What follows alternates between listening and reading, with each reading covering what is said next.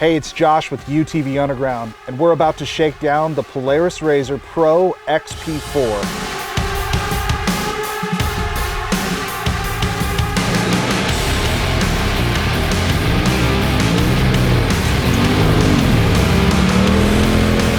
So Polaris launched the Pro XP line last year, and really it's based around 64-inch machines that have a little bit more horsepower and a little bit better fit and finish than the Turbo S models.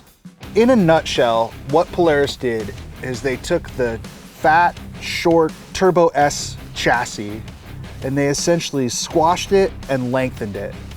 They made it 64-inch wheelbase, they extended it by 6 inches, they made a one-piece chassis, and in doing so, they made a thinner car that was a little bit lighter, a little bit faster, and a little bit longer. So we've spent the last 3-4 months out here in the Southwest banging on this thing. We've taken it to Glamis, we've taken it to Moab, we've been all over Southern California with this car. And we just recently did a shoot out in Lake Havasu City, and they did some more testing on it.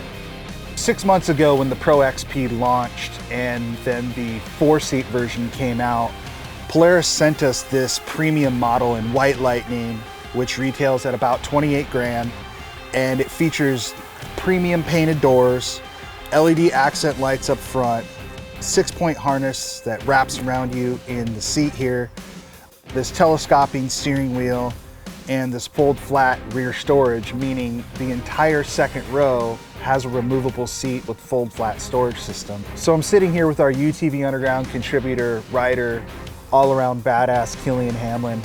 Brought Killian along on this because he and I are both big dudes, and you know, something we've struggled with for years is to fit comfortably in UTVs, especially the 4 seats where you're crimped on space. So Kill, just out of the box, what are your impressions of this car compared to say like the Turbo S and some of the other 4-seat RZRs that we've owned? Well, like you said, I'm a taller guy, I'm 6'4", so just getting in the car was a lot easier because of the telescoping steering wheel. I was able to get that out of my way so I could get in the car to begin with. And then once sitting in here, you know, there's a lot of room. Typically I'm banging my knees against the doors or the center console, things like that, the bar here. You know, I feel good in the car, and you know, being able to adjust this bar and really sit back and have that extra space really helps me out. So from my perspective, we're comparing this really to the Turbo S4 that we've been driving around for the last couple of years. Now, there is more power and it does have a smaller footprint. I miss the dynamic suspension. It's not on this particular model. I would love to have the fully loaded Pro XP4 Ultimate and really experience that.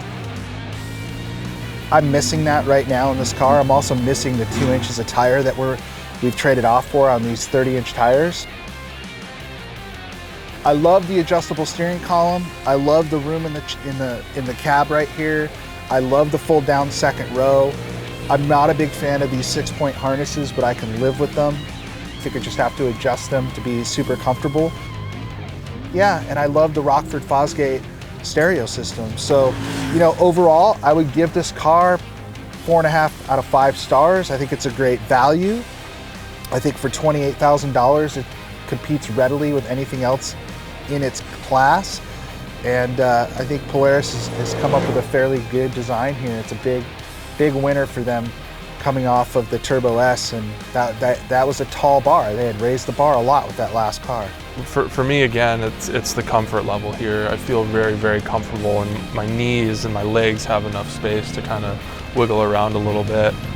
Like any UTV, there's going to be features on this car that you love and some that you wish you had. At this mid-level, we're missing dynamics and we're missing ride command, as well as the 32-inch tires, but there are a lot of great features on this car. Do yourself a favor, if you're in the market for a 4-seat UTV, make sure you check out the Polaris RZR Pro XP line.